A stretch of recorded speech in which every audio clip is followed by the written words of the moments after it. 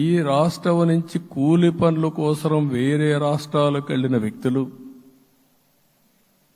సొంత డబ్బులు పెట్టుకుని వాళ్ళ యొక్క ఫుడ్ కూడా పాకెట్స్ తయారు చేసుకుని వచ్చి ఓటేసి మళ్లీ వెళ్లారు. ఇది ఊహించని పరిణామం. ఇక్కడుండేవాడు ఓటేయడం ఒక ఎత్తైతే పేదవాడు చిన్న చిన్న పనులు చేసుకునేవాడు కూడా వచ్చి ఓటేశారు. ఎక్కడో అమెరికా, ఆస్ట్రేలియా, ఆఫ్రికా విదేశాల్లో ఉండే ఎన్ఆర్ఐస్ అయితే లక్షల రూపాయలు ఖర్చు పెట్టుకొని వచ్చి పనిచేశారు. లక్షల రూపాయలు ఖర్చు పెట్టుకొని వచ్చి మనకు ఓటేశారు. నా జీవితంలో ఎన్నోసార్లు ఎన్నికలు చూశాను కానీ ఈసారి ఒక బాధ్యతతో ఓటర్స్ ప్రవర్తించిన తీరు శాశ్వతంగా తెలుగు జాతి చరిత్రలో మిగిలిపోతుంది. అది ఈరోజు జరిగిన విషయం మనం గుర్తుపెట్టుకోవాలి. మనందరం ఒకటే గుర్తుపెట్టుకోవాల్సిన అవసరం ఉంది. ఏ అహంకారంతో విర్రవీగిపోయారో ఆ అహంకారం కూలిపోయింది. ఎన్నోసార్లు మనం చెప్పాం, ఏ వ్యక్తికి పదవి వస్తే వినయం కూడా అవసరం. పదవి వచ్చిందని విర్రవీగిపోయి రేపనేది లేకుండా ఉంటుందనుకుంటే మాత్రం ఇదే జరిగే పరిస్థితి వస్తుంది.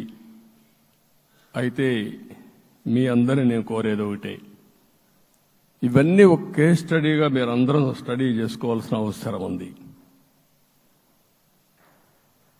ప్రజలు బూతులు మాట్లాడే నేతల్ని, అరాచక శక్తుల్ని, అవినీతి పరుల్ని చూశారు. పాలకులంటే ఎలా ఉండాలో చూశారు. ఈ 5 సంవత్సరాల్లో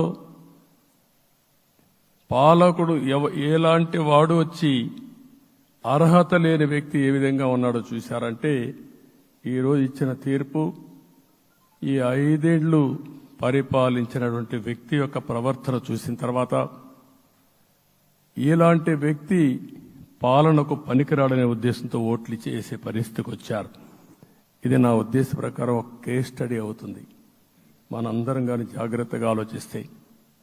కానీ మనం కూడా అదే విధంగా కక్ష తీర్చుకోవాలి అని కానీ మనం ముందుకు పోతే మనకు కూడా సమస్య వస్తుంది. అదే సమయంలో ఒకటే చెప్తున్నా, తప్పు చేసిన వాడిని క్షమించి పూర్తిగా వదిలిపెడితే కూడా మళ్ళా అలవాటుగా మారుతుంది.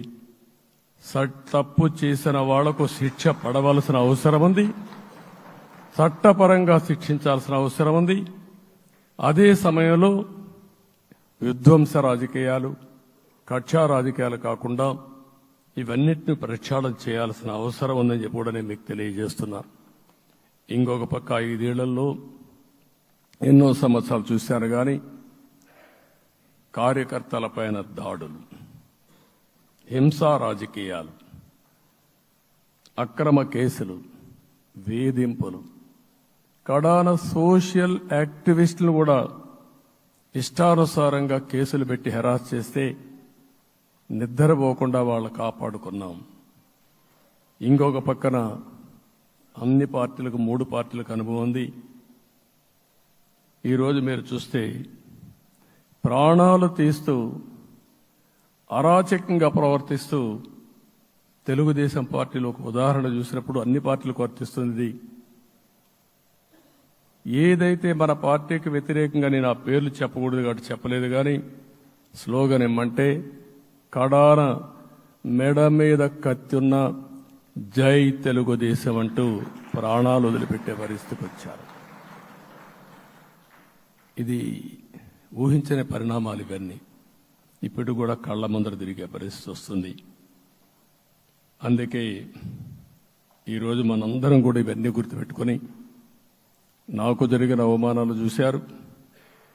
నేను అందుకే మా కుటుంబానికి జరిగిన అవమానంతో నేను కూడా భరించలేక బయట వచ్చినప్పుడు ఒకటే శపథం చేసి వచ్చాను.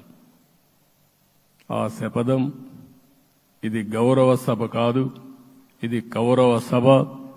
ప్రజాక్షేత్రంలో గెలిచి మళ్లీ ఈ సభను గౌరవ సభగా చేసి అడుగు పెడతానని చెప్పి శపథం చేసి బయట వచ్చాను. ఓసారి ఇవన్నీ చరిత్ర. ఆ శపథాన్ని ప్రజలు గౌరవించారు. గౌరవించిన ప్రజల్ని నిలబెట్టే బాధ్యత మనందరిపైన ఉంది.